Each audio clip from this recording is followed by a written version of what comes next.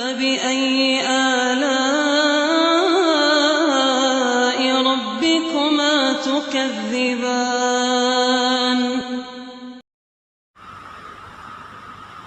Bismillahirrahmanirrahim. Assalamualaikum warahmatullahi wabarakatuh. Alhamdulillahirabbil alamin wassalatu wassalamu ala rasulillahi amma ba'd. Abnai rahimakumullah ajma'in. Kita bersyukur kepada Allah Subhanahu wa taala karena pada kesempatan kali ini kita masih bisa melanjutkan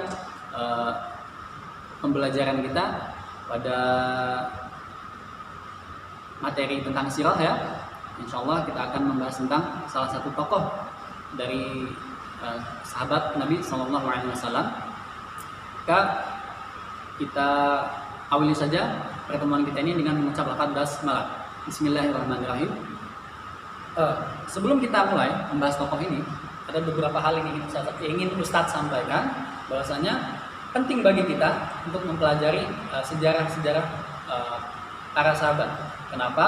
Karena dari situ nanti insya Allah kita bisa mengambil beberapa pelajaran yang bisa kita terapkan atau kita praktekkan dalam kehidupan sehari-hari kita, sehingga itu yang bisa membuat Allah semakin cinta kepada kita dan meridhoi hidup kita.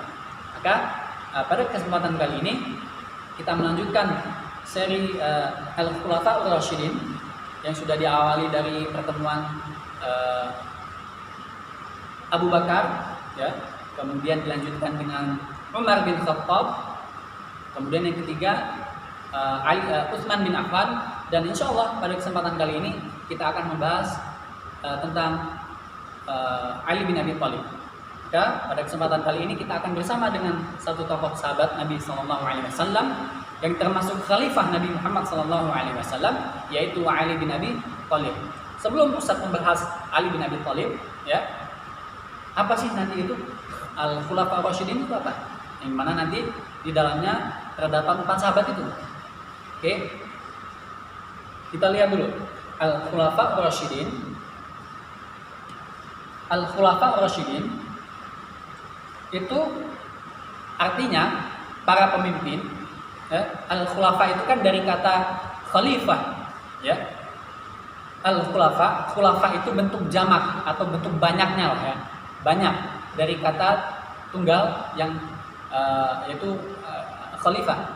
Apa artinya khalifah? Artinya pengganti atau pemimpin ya. Pengganti atau pemimpin. Kemudian apa itu Ar-Rasyidin? Itu berasal dari kata rasyidun, yang itu artinya cerdas dan bijaksana. Jadi kalau kita gabungkan Al-Khulafa Ar-Rasyidin, berarti artinya apa? Para pemimpin yang cerdas dan bijaksana. Yaitu ada 4 yang disebutkan, yaitu Abu Bakar, Umar bin Khattab, Utsman, dan Ali bin Abi Thalib.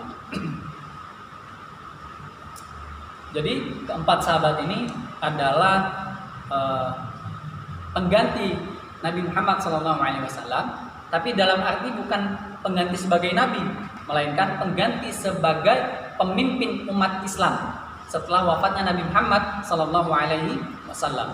Nah, kita langsung saja membahas tentang Ali bin Abi Thalib.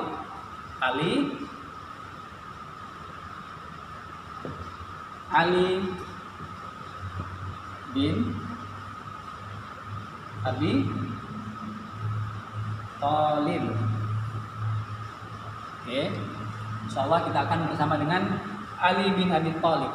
Sebenarnya kalau ingin membahas Ali bin Abi Thalib itu butuh waktu yang sangat panjang ya. Tapi insyaallah kita ringkas saja beberapa hal yang berkaitan dengan Ali bin Abi Thalib. Seperti biasa, kita akan awali dari biografi beliau ya, Ali bin Abi Thalib. Ali bin Abi Thalib itu lahir dengan nama Haidar, ya. Jadi bukan langsung Ali. Pada waktu itu beliau dilahirkan dan diberikan nama oleh ibunya karena di saat beliau lahir, ayahnya yaitu Abu Thalib itu sedang berada di luar kota Mekah. Karena memang kebiasaan orang-orang Mekah pada waktu itu yaitu berdagang, dan salah satu profesi ayahnya Ali bin Abi Thalib ini yaitu Abu Thalib itu adalah berdagang. Maka kebiasaannya adalah keluar kota, keluar dari kota Mekah untuk menjualkan dagangannya. Bisa ke Syam, Madinah, dan macam-macam ya. Itulah pekerjaan orang-orang Mekah mayoritas pada waktu itu. Ali bin Abi Thalib itu adalah sepupu Nabi Muhammad Sallallahu Alaihi Wasallam.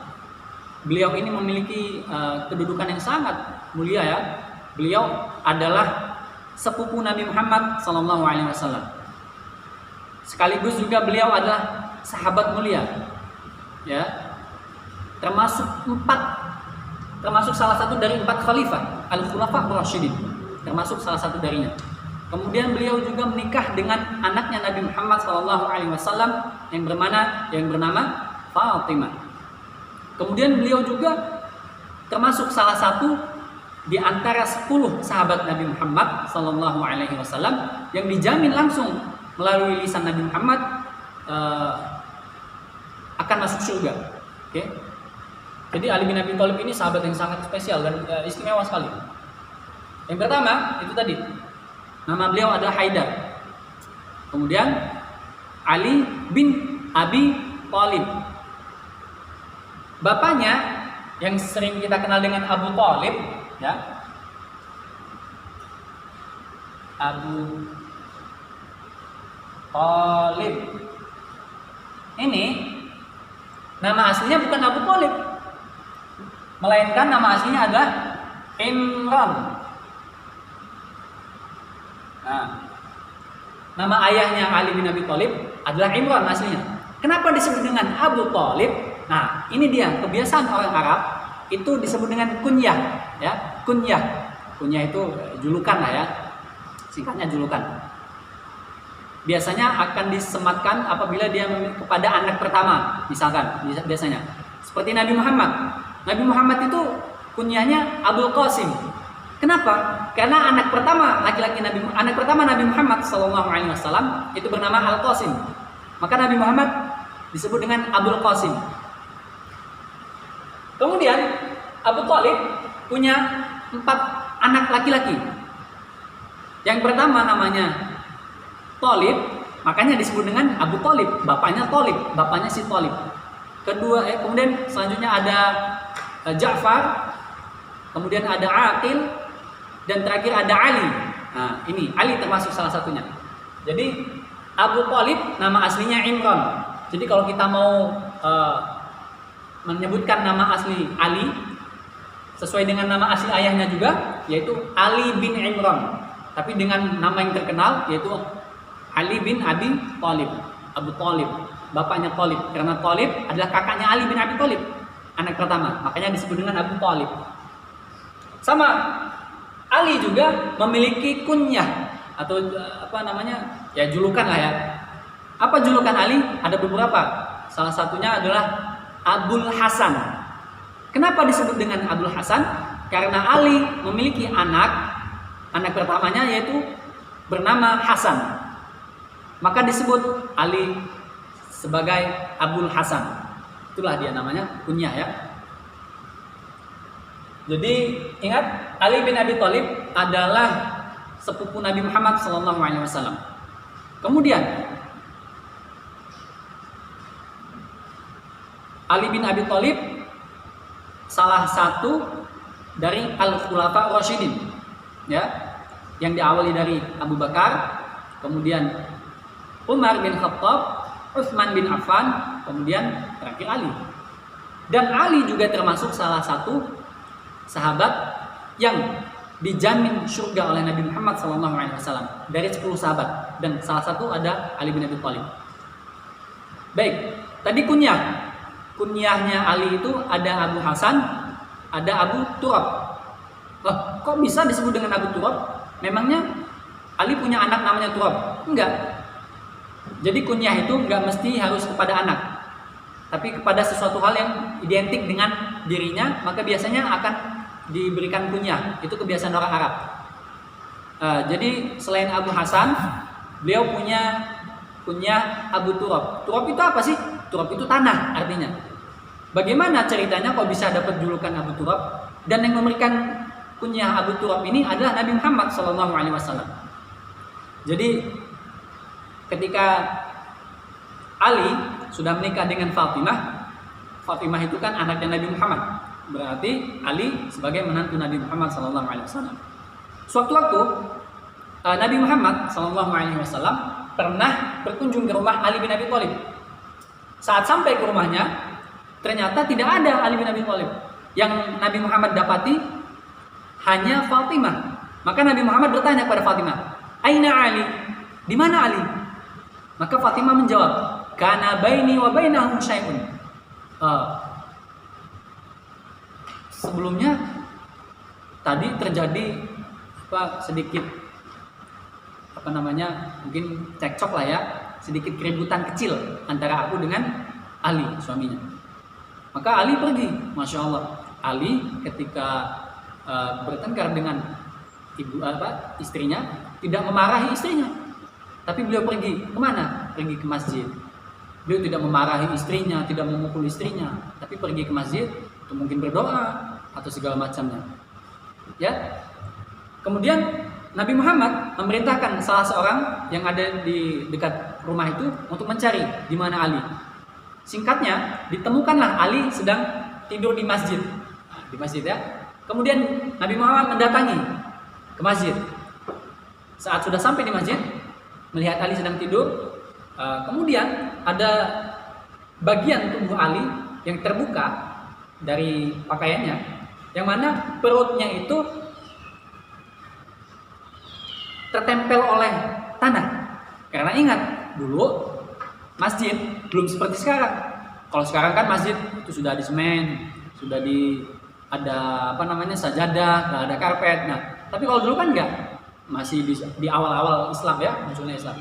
Nah, ketika itu Nabi Muhammad melihat di sisi perut Ali bin Abi Thalib ada tanah menempel karena tadi dia tidur di masjid. Kemudian Nabi Muhammad yamsahu anhu. Kemudian Nabi Muhammad mengusap, membersihkan di atas tanah itu, di atas perut Ali bin Abi Thalib. Kemudian setelah itu Nabi Muhammad berkata, "Qum ya Aba Turab." Bangunlah wahai Abu Turab. Nah, sejak saat itu Ali bin Abi Thalib mendapat julukan Abu Turab. Dan Ali bin Abi Thalib sangat senang apabila dipanggil dengan Abu Turab. Karena itu kunyah yang diberikan langsung oleh Nabi Muhammad SAW. Baik, awal kedekatan Ali bin Abi Thalib dengan Nabi Muhammad SAW. Bagaimana kok bisa sih Ali bin Abi Thalib itu dekat banget, sangat dekat dengan Nabi Muhammad SAW? Jadi ceritanya seperti ini. Suatu waktu pernah terjadi paceklik di kota Mekah, ya. Sehingga membuat banyak masyarakat itu terkena dampak buruk dari paceklik itu, termasuk keluarga besar Nabi Muhammad, yaitu Bani Hashim. Maka pada saat itu keluarga Bani Hashim itu berkumpul, ya, dalam suasana kekeluargaan, ya, berkumpul. Ada Nabi Muhammad juga di situ, ada paman-paman Nabi Muhammad, ada para sepupu-sepupu Nabi Muhammad berkumpul di situ membahas. Kenapa? Karena untuk membantu keluarga mereka yang kesulitan karena dampak paceklik itu. Dan salah satu keluarga Nabi Muhammad yang sangat kesulitan akibat dampak dari paceklik itu adalah Abu Thalib, keluarganya Abu Thalib. Maka para paman Nabi akhirnya bermusyawarah dan mengambil kesimpulan, kalau begitu karena anaknya Abu Thalib ini lumayan banyak, maka pamannya itu berinisiatif untuk mengasuh masing-masing anak Abu Thalib supaya meringankan beban biaya hidup Abu Thalib. Maka Abbas, paman Nabi Muhammad SAW, mengacungkan jari tangannya dan mengatakan, "Saya akan mengasuh Thalib, anak pertama." Kemudian muncul Hamzah, "Saya akan mengasuh Ja'far." Kemudian tinggal Ali bin Abi Thalib dan Aqil. Maka Nabi Muhammad memilih Ali bin Abi Thalib. Kemudian Aqil membersamai Abu Thalib. Nah, singkat cerita, mulai saat itulah Ali bin Abi Thalib dekat dengan Nabi Muhammad SAW. Jadi Ali bin Abi Thalib langsung tinggal dengan Nabi Muhammad bersama di rumahnya Nabi Muhammad SAW. Kemudian memang sedikit ada perbedaan pendapat apakah berapa usia Ali bin Abi Thalib pada waktu itu? Ada yang mengatakan 8 tahun, ada yang mengatakan 9 tahun, bahkan ada yang mengatakan 6 tahun. Tapi intinya usia Ali bin Abi Thalib pada saat itu tidak lebih dari 10 tahun. Dan beliau belum balik ketika diasuh Nabi Muhammad SAW. Nah, kemudian karena dia sudah tinggal dengan Nabi Muhammad, saat Nabi Muhammad SAW diangkat menjadi nabi oleh Allah Subhanahu Wa Taala, maka pada saat itu Nabi Muhammad pernah suatu waktu, karena Nabi Muhammad itu diangkat menjadi nabi itu pada hari Senin ya, suatu waktu dia sholat bersama dengan istri beliau Khadijah radhiyallahu anha. Jadi Nabi Muhammad melaksanakan sholat bersama dengan istrinya, yaitu Khadijah. Kemudian Ali itu melihat Nabi Muhammad sholat. Jadi sholat itu bukan cuma umat Islam ya. Jadi sholat itu sudah ada atau sudah disyariatkan sejak zaman nabi-nabi terdahulu. Makanya Nabi Ibrahim kan berdoa, Rabbi ja'alni muqimas shalah. Kemudian di zaman Bunda Maryam, ibundanya Nabi Isa, itu kan kata Allah, ya Maryam uqtuni li rabbiki wasjudi warka'i ma'ar raki'in. Sujud dan rukuklah bersama orang-orang yang melaksanakan sholat. Berarti memang sholat itu sudah ada sejak zaman dahulu. Hanya saja sholat 5 waktu itu dikhususkan untuk umat Islam, dan cara pelaksanaan sholatnya pun berbeda dengan sholat-sholat umat-umat terdahulu. Nabi Zakaria sholat juga, bahkan yang Allah ceritakan di surah Ali Imran, hunalika da'a Zakaria qala rabbi habli min ladunka dzurriyyatan thayyibah. Saat Nabi Zakaria itu berdoa ya, meminta kepada Allah untuk diberikan keturunan, kemudian malaikat Jibril menjawab, fanadatul malaikatu wa huwa qa'imun yusalli fil mihrab. Malaikat datang memberikan jawaban atas doa yang diminta oleh Nabi Zakaria, sedangkan Nabi Zakaria sedang dalam keadaan sholat di mihrabnya. Nah, berarti kan nabi-nabi terdahulu juga sholat. Berarti sholat sudah ada sebelum Islam datang. Hanya saja tata caranya berbeda. Dan 5 waktu hanya dikhususkan untuk umat Islam. Nah, pada waktu itu Ali melihat Nabi Muhammad dengan Khadijah sedang sholat. Maka dia bertanya dalam hati, ini apa? Kok saya nggak pernah melihat seperti ini? Karena yang ada di Mekah pada saat itu sesembahannya hanya patung-patung yang disembah gitu kan. Nah ini kok beda? Akhirnya ditanyalah. Singkat cerita bertanya kepada Nabi Muhammad SAW, kemudian berbicara, dan bahkan diriwayatkan hari Senin Nabi Muhammad diangkat menjadi nabi, maka hari Selasa Ali bin Abi Thalib sudah masuk Islam. Masuk Islamnya dalam keadaan bahkan belum capai usia balik. Jadi masih kecil sekali Ali bin Abi Thalib masuk agama Islam. Dan Ali bin Abi Thalib satu-satunya sahabat yang tidak pernah menyembah berhala. Ada beberapa sahabat yang dulu sebelum masuk Islam mereka menyembah berhala. Tapi Ali bin Abi Thalib satu-satunya sahabat Nabi yang tidak pernah menyembah berhala sama sekali. Karena sedari kecilnya dia sudah bersama dengan Nabi Muhammad SAW.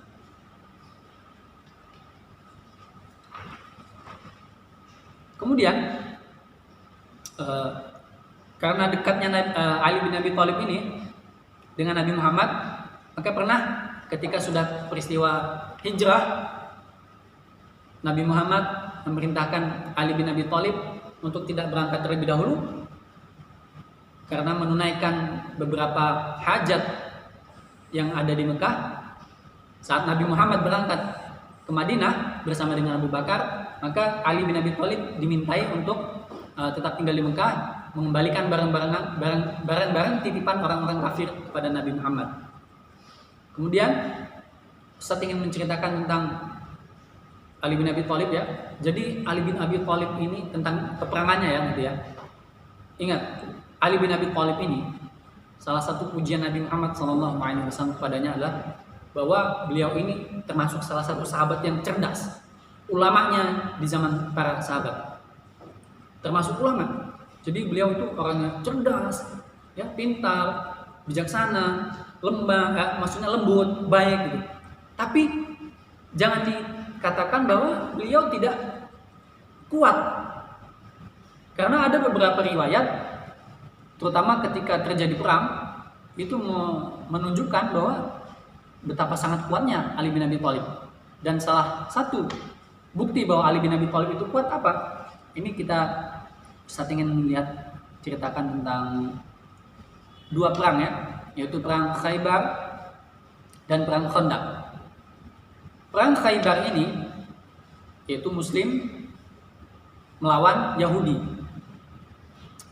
Perang Khaybar ini tentara Yahudi itu memiliki benteng yang sangat kuat, besar dan sangat kuat. Bahkan Nabi Muhammad sempat menjadikan Abu Bakar sebagai panglima perangnya, tapi gagal untuk ditembus. Kemudian diganti dengan Umar, tapi musuh masih juga gagal ditembus. Jadi lama sekali untuk menembus benteng ini karena saking besar dan kuat. Sampai-sampai Nabi Muhammad SAW bersabda di depan para sahabat. Apa kata Nabi Muhammad? La u'tiyanna hadhihi rayah. Sungguh akan aku berikan bendera. Bendera ini sebagai simbol bahwa dia adalah panglima perang. La u'tiyanna hadhihi rayah ghadan. Besok akan aku berikan bendera ini rajulan kepada salah seorang laki-laki di antara kalian. Ketika Nabi Muhammad berbicara kepada tentara muslim, yaitu para sahabat pada waktu itu, yaftahullahu ala yadayhi, yang mana nanti dengan izin Allah akan diberikan kemenangan, akan bisa menang pasukan muslim melalui tangan si laki-laki ini. Yuhibbullaha wa rasulahu, yang mana laki-laki ini mencintai Allah dan juga mencintai Rasulnya. Dan tidak sampai di situ. Apa kata Nabi Muhammad? Wa yuhibbuhullahu wa rasuluhu, dan Allah serta Rasulnya pun itu cinta kepada laki-laki tersebut. Karena ada orang yang mengaku cinta kepada Nabi Muhammad, ada orang yang mengaku cinta kepada Allah, tapi Allah dan Nabi Muhammad nggak cinta sama dia. Kenapa? Karena dia tidak bisa mengamalkan apa-apa yang sudah diperintahkan Allah dan juga Nabi Muhammad SAW. Dia hanya mengaku melalui lisan, saya cinta sama Allah, saya cinta sama Nabi Muhammad, tapi nggak pernah dia melakukan sunnah, mengerjakan kewajiban-kewajiban. Tapi ini, laki-laki ini, dia cinta kepada Allah dan Nabi Muhammad, dan Allah serta Nabi Muhammad pun cinta kepada dia. Masya Allah ya. Setelah para sahabat mendapat kabar dari Nabi Muhammad seperti itu, maka qala fabatan nasu yadukuna lailatahum. Kemudian para sahabat itu setelah dapat kabar dari Nabi Muhammad seperti itu, malam-malamnya mereka itu seperti begadang memikirkan, kira-kira siapa ya yang akan diberikan bendera ini, yang akan menjadi panglima besok, gitu kan? Tapi kenapa mereka? Nah, kemudian apa? Nanti kita lanjut lagi ya. Ayyuhum yuta'aha, kulluhum yarju ayyuta'aha. Dan semua para sahabat itu sangat berharap agar mereka yang diberikan bendera. Kenapa? Bukan karena ingin menjadi pemimpin, bukan karena ingin menjadi panglima perang, tapi karena ingin mendapatkan jaminan Nabi Muhammad tadi. Bukan kata di Nabi Muhammad menjamin bahwa laki-laki yang akan mendapatkan bendera ini, dia itu dicintai oleh Allah dan Rasulnya. Maka para sahabat sangat berharap pada waktu itu. Sampai-sampai pada malam-malam harinya itu mereka, kalau kita katakan mungkin begadang ya, sambil memikirkan siapa ya yang akan bisa mendapatkan besok ya. Dan masing-masing mereka berharap supaya semoga saya. Tapi ketika sudah sampai besok paginya, semuanya berurutan kan menghadap ke Nabi Muhammad. Kemudian kata Nabi Muhammad apa? Qala aina Ali? Mana Ali bin Abi Thalib? Aina Ali? Kemudian para sahabat yang lainnya menjawab, yastaki ainaihi. Ali sedang sakit mata pada waktu itu. Ya, sedang sakit. Kemudian Nabi Muhammad memerintahkan para sahabat untuk memanggil Ali bin Abi Thalib. Singkatnya, Ali bin Abi Thalib dipanggil, kemudian bertemu dengan Nabi Muhammad, lalu dengan mukjizat Nabi Muhammad ya, didoakan dan diobati mata Ali bin Abi Thalib. Seketika itu juga langsung sembuh. Bahkan seolah-olah tidak pernah terjadi sakit pada Ali bin Abi Thalib. Ini salah satu mukjizat Nabi Muhammad juga ya. Nah, akhirnya singkat cerita, Ali bin Abi Thalib ditunjuk Nabi Muhammad untuk menjadi panglima perang pada waktu itu, pada perang Khaybar ya, melawan Yahudi. Dan ingat, tadi Ustaz sudah sampaikan bahwa di saat perang Khaybar itu benteng Yahudi luar biasa besar dan kuat. Bahkan ingat tadi, Abu Bakar gagal, Umar gagal. Dan ketika Ali memimpin dengan izin Allah,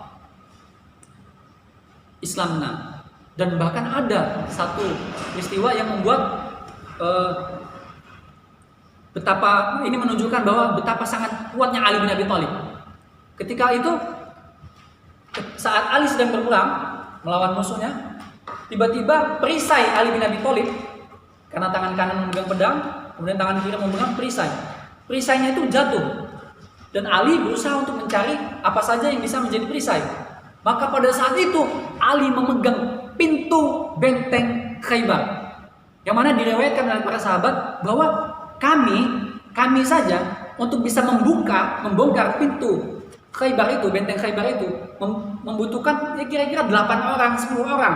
Tapi Ali luar biasa dengan izin Allah, dengan sendirinya dan bahkan dengan tangan satu. Jadi tangan kanan memegang pedang, tangan kiri memegang pintu benteng itu sebagai perisai. Nah, saat musuh melihat itu ya tentu kaget musuh dan menjadi takut. Luar biasa, ini kuat banget. Dan singkat cerita, Ali dengan izin Allah memimpin umat Islam dalam perang itu dan menang.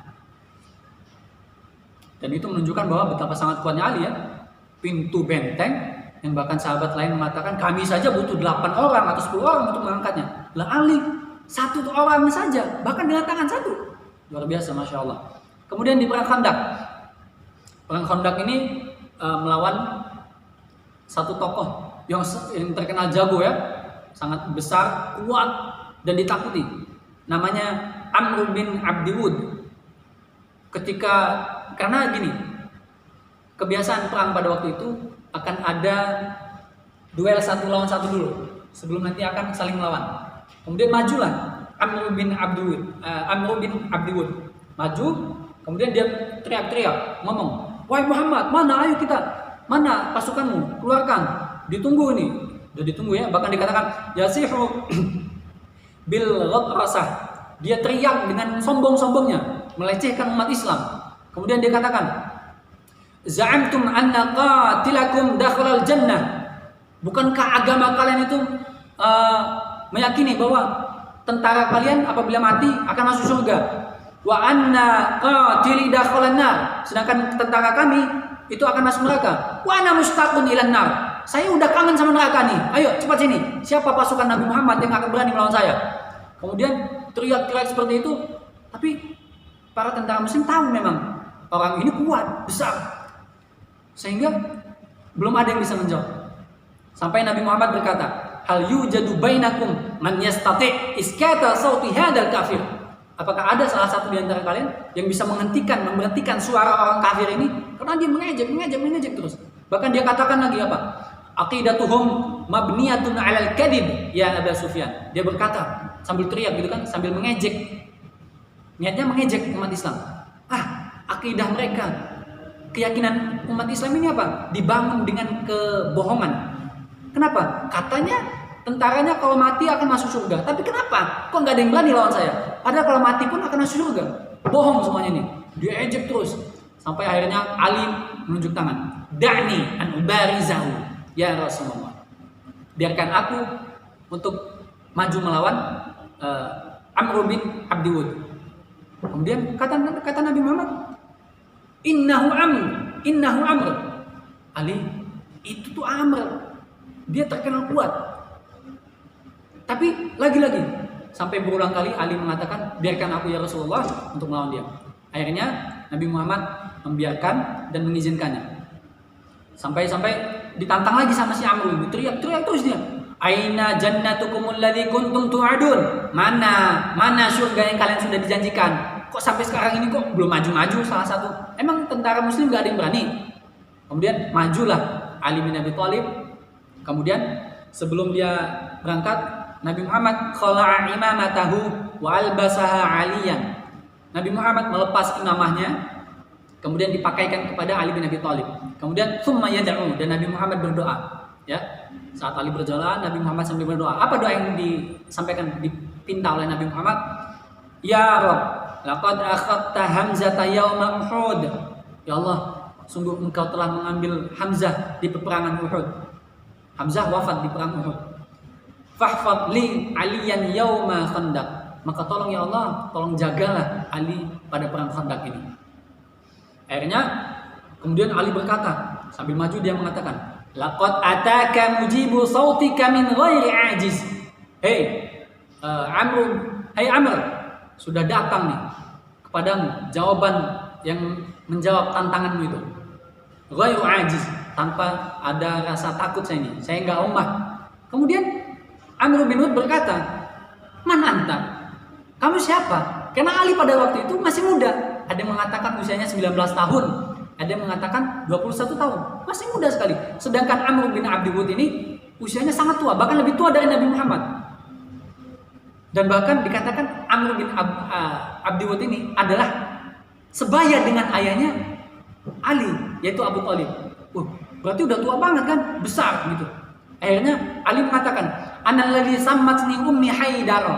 Saya adalah laki-laki yang diberikan nama oleh ibuku Haidar. Ingat tadi nama kecil Ali bin Abi Thalib itu Haidar. Kemudian ketawalah Amr bin Abdi Wud ini. Haidar, ya dia kan tahu memang karena dulunya berteman dengan bapaknya Ali bin Abi Thalib. Berteman. Akhirnya ketawalah dia. Anta Ali bin Abi Thalib. Iya kata siapa? Ali. Maka kata Amr bin Abi Wud, irji, sudah kembalilah. Saya nggak mau menyakiti ayahmu, karena ayahmu itu dulu teman saya, ibaratnya kayak gitu bahasanya. Kemudian kata Amr bin Abi Wud ini apa? La uhibbu an aqtulak, la uhibbu an aqtulak. Saya nggak suka membunuh kamu lah, saya nggak mau membunuh kamu. Tapi kata Ali apa? Walakin ana uhibbu an aqtulak. Tapi saya sangat suka kalau harus membunuh kamu. Wah, makin panas si Amr bin Abdi Wud ini. Akhirnya setelah itu turunlah, karena Amr ini kan di atas kuda ya tadi ya. Turun dia. Kemudian bahkan saat turun itu dia memegang pedang. Kudanya itu, dipotong kakinya. Kenapa Ustaz? Kok dipotong kaki kudanya? Ingin menunjukkan bahwa saya tidak akan lari dari peperangan ini. Saya nggak akan lari, makanya kuda ini saya potong kakinya. Supaya kalau saya mau lari, kan harus naik kuda. Enggak, saya nggak akan lari sama sekali. Saya potong kaki kuda supaya menunjukkan betapa sudah sangat siapnya saya untuk bertarung melawan kamu. Kemudian singkat cerita, bertarunglah Ali bin Abi Thalib dengan Amr bin Abdi Wud. Sampai-sampai dikatakan oleh para sahabat saat mereka bertarung itu, karena kan di padang pasir ya, jadi debunya itu terangkat sampai-sampai mereka berdua itu tidak terlihat. Hanya pertama saja di awal itu terlihat, kemudian saat sudah mulai berjalan pertarungan itu debu itu terangkat. Sampai-sampai tidak ada yang bisa melihat apa yang terjadi di dalam pusaran debu itu. Sampai-sampai terakhir terdengar suara takbir dari dalam pusaran debu itu, Allahu Akbar. Dan para sahabat pun menyambut dengan teriakan Allahu Akbar. Dan saat debu sudah mulai turun, sudah tergeletaklah Amr bin Abdi Wud, salah seorang musuh Islam yang sangat kuat, ditakuti, tapi bisa kalah di tangan Ali bin Abi Thalib dengan izin Allah. Ini menunjukkan betapa sangat kuat Ali bin Abi Thalib. Ya, kemudian kita lanjut lagi sedikit lagi ya. Ali bin Abi Thalib menjadi khalifah yang keempat. Kita tutup di sini nanti ya insyaallah. Dan beliau, salah satu jasa beliau adalah yang paling terkenal, salah satunya ya, adalah dengan melalui perintah Ali bin Abi Thalib terhimpunlah salah satu cabang ilmu, yaitu ilmu nahwu, salah satu cabang ilmu bahasa Arab yang bahkan sampai sekarang terus berkembang, yaitu dengan izin Allah melalui perantara Ali bin Abi Thalib. Kemudian Ali bin Abi Thalib wafat di bulan Ramadan, tepat pada tanggal 15 Hijriah.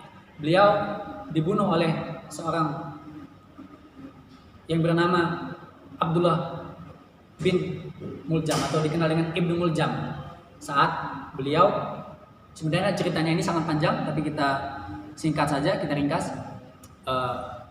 Beliau saat keluar untuk melaksanakan sholat subuh, kemudian memang Ibnu Muljam ini sudah bersepakat dengan dua sahabatnya untuk membunuh. Siapa diantaranya? Salah satu diantaranya akan membunuh Muawiyah, kemudian yang satunya akan membunuh Amr bin As. Kemudian si Ibnu Muljam ini akan membunuh Ali bin Abi Thalib. Dan singkatnya pada saat itu Ibnu Muljam menghantamkan pedangnya kepada Ali bin Abi Thalib saat keluar dari rumah untuk melaksanakan sholat subuh. Pedang yang memang sudah sangatlah tajam dan juga dilumuri dengan racun. Singkat cerita, beliau wafat karena sebab sakit oleh tebasan pedang itu, dan beliau wafat pada tanggal 15 Ramadan. Demikian biografi atau sirah singkat dari sahabat yang mulia Ali bin Abi Thalib.